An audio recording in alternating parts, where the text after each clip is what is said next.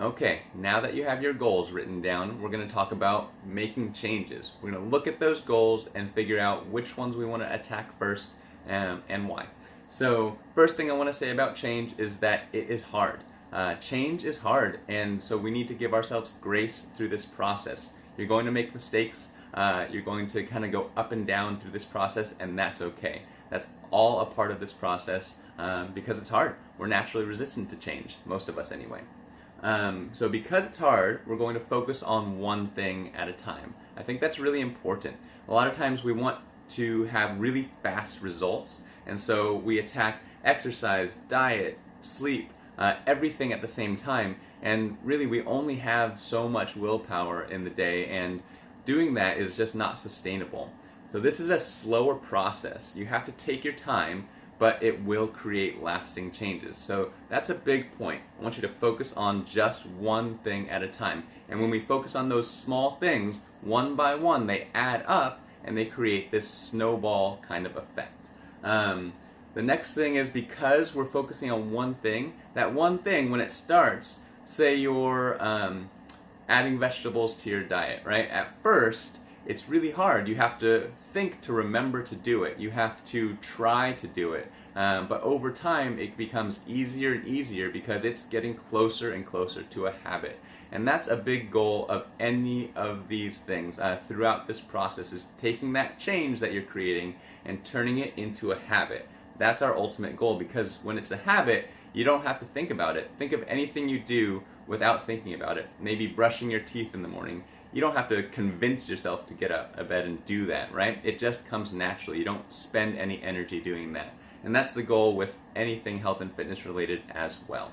So again, we're focusing on one thing, we're taking it slow, and our goal is to form these habits. You have to be patient through this process. And then next, it's important to take this in a step-by-step order as well. I've listed it here in sort of the hierarchy that I believe works the best. Because if you notice, the things at the top are more important, and if they're not taken care of, we're not really going to make progress on the things below it. And that first category is sleep and stress. If you're not sleeping and you are stressed out of your mind, it doesn't matter how much you exercise or how well you eat. You probably won't be achieving those health goals. You won't be able to lose weight. You won't be able to perform better or run faster. So that's our first step, and we're going to talk about each of these categories more in subsequent videos, but focusing on your sleep and stress first. So finding ways to either cope with or eliminate stress from your life, and finding ways to get the appropriate amount of sleep. Once you have that, and if you're already there, that's great. We're going to move on to the next subcategories, which I would say are diet and nutrition. What do you put into your body? And this thing called NEAT.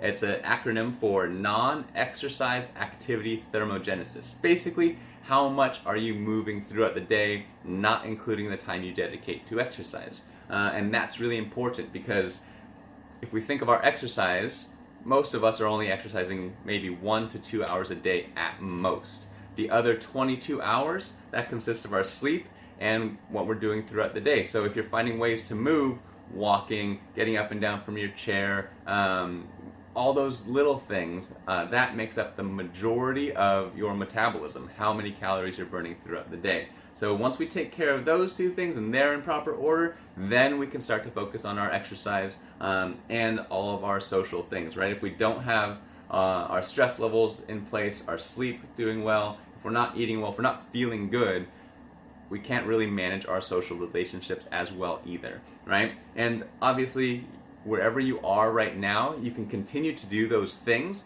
right? I'm not saying cut that out, but I'm saying when you're making changes, we're going to make changes to one thing at a time in this order. I hope that was helpful. Please ask any questions, and we'll get ready for that next video.